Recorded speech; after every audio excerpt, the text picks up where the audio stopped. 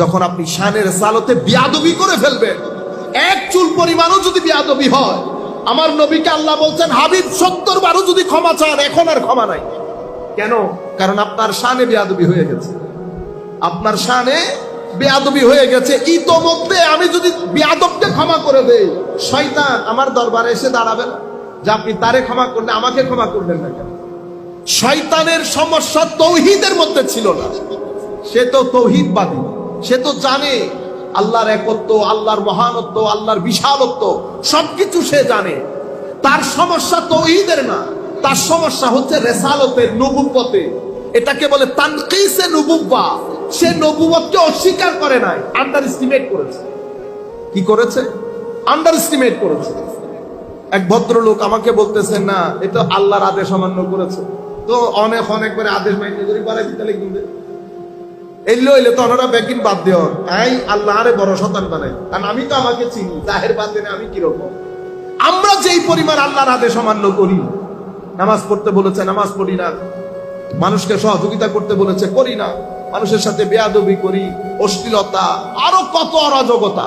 কিন্তু আমাদেরকে কি রজিম বলা হয়েছে? রজিম বলা হয়। শয়তান শুধু উসজুদু লি আদম লা আসজুদ, আদমকে সিজদা করো, করব না। এই করো করব নার মধ্যে শয়তান ফা ইন্নাকা রাজিম, বের হও এখান থেকে। বুঝতে পেরেছেন? এই জন্য এক জায়গা শানের রিসালতের মধ্যে বেয়াদবি হওয়া ছাড়া আমার আল্লাহ বাকিগুলা ক্ষমা করে। সাগফারতা লাহুম আম লাম তাস্তাগফির লাহুম লা ইয়াগফিরাল্লাহু লাহুম। আপনি ক্ষমা চান আর ক্ষমা না চান, আমি অবশ্যই তাদেরকে ক্ষমা করব না। কখন? যখন শানের রিসালতের মধ্যে বেয়াদবি হয়। অহংকার দেখান যখন বারেগাহের রিসালতের মধ্যে। কি রকম? ওয়াইজা কিলা লাহুম তাআলাউ ইস্তাগফির লাকুম রাসূলুল্লাহ। যখন এদেরকে বলা হয় যে আল্লাহ রাসূলের দরবারে আসেন, আল্লাহ রাসূল আপনাদের জন্য ক্ষমা চাইবেন, তখন লাউয়াউ রুউসাহুম, মাথারে ঝাঁকুনি মেরে বলে যে আবার রাসূলের দরবারে যেতে হবে। বুঝতে পেরেছেন? এটা বলার পরে আমার আল্লাহ বলছেন সাওয়া সাওয়া হাবিব, বরাবর, মাফ চান আর না চান আমি ক্ষমা করছি না। কিন্তু এখানে বলছে আপনি ক্ষমা করে দেন, আল্লাহর দরবারে ক্ষমাও চান।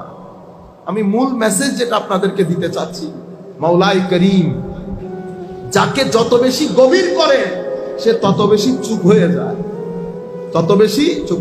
তাকে আল্লাহ হিকমত দান করে, সেই বুঝে কোন জায়গায় কোন কথা কোন সময় বলতে হবে উনি বুঝে, এবং ওনার মাধ্যমে ওই আল্লাহ ওয়ালার মাধ্যমে যেই হিকমত হয়ে যাবে সেটা লাখো আলেমের মাধ্যমে হবে না, একজনের মাধ্যমে যেটা হয়ে যাবে।